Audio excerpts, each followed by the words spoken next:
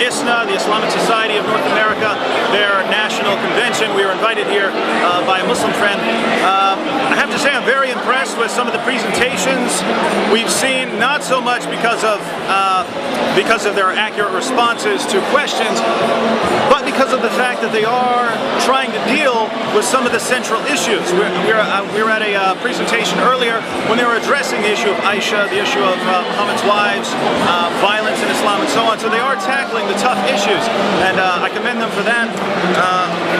Our friends over at 877 Why Islam distributing a booklet. I'm also very impressed with this booklet because we look through it and we see the tough questions. We see them attempting to answer the tough questions. How can Muhammad be considered a true prophet when he married so many women? Why did Muhammad limit his followers to 4 wives when he had more than this?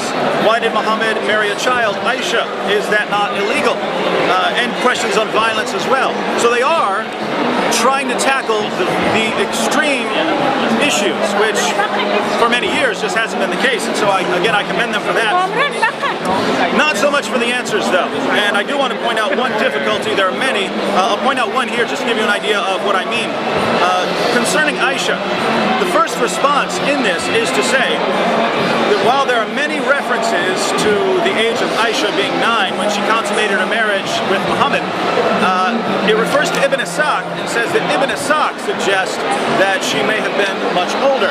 Now, this is the first time I've ever seen a Muslim say anything even remotely resembling, reject Sahih al-Bukhari and Sahih Muslim and Sunan Abu Dawud and Sahih Sitta in favor of Ibn Ishaq. Now, I approach Islam from a historical perspective, and so I think that's great. Ibn Ishaq is your best historical source. But it's weird to hear Muslim apologists saying this, because normally when I quote Ibn Ishaq, it's, how dare you quote that? We're not going to believe anything unless it's from Sahih Sitta.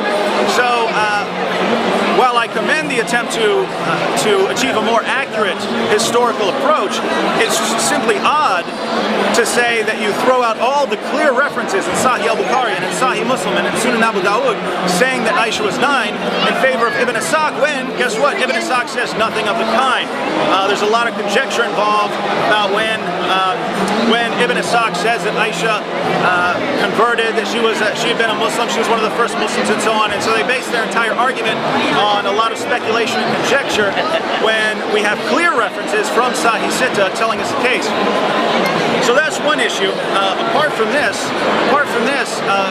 when we watched the presentation, we saw a different kind of response, namely that since Aisha had reached puberty, this was perfectly acceptable. Now, I have to question this, namely because, again, in Sahih al-Bukhari, number 5236 and number 6130 specifically say that Aisha had not reached puberty at the time when Muhammad had consummated the marriage.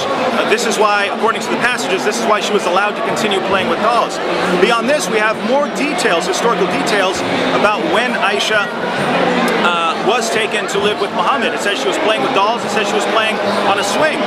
And so all of the evidence tells us one thing, and what we're hearing at the conference is something completely different.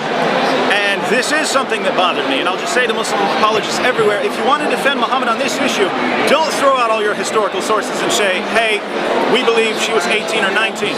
If you want me to believe that, then you want me to believe that your most reliable historical sources are all horribly flawed. If you want me to believe that, then tell me, but that would almost make you a Quran-only Muslim. I don't think you want to go there. So if you want to defend Muhammad, don't throw out historical sources. You have to say something along the lines of different cultures have different practices and Muhammad is no different. And to be honest, if you wanted to go, if you wanted to defend Muhammad on this, you should say, hey, what are the characteristics what are the common psychological characteristics of a pedophile? Look, Muhammad didn't have those.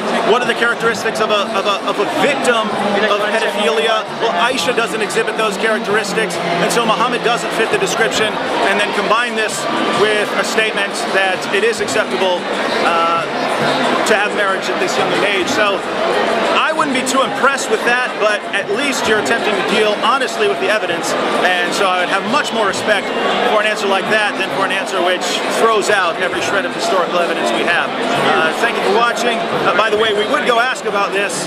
We would go ask about these things, but according to some of our Muslim friends, you're just not allowed to walk up to a Muslim booth that invites you to ask questions. That makes you somehow mean. So no questions today, maybe at some time in the future. But I encourage everyone to visit 877 Why Islam to consider their arguments and to weigh that against the evidence. And God bless you.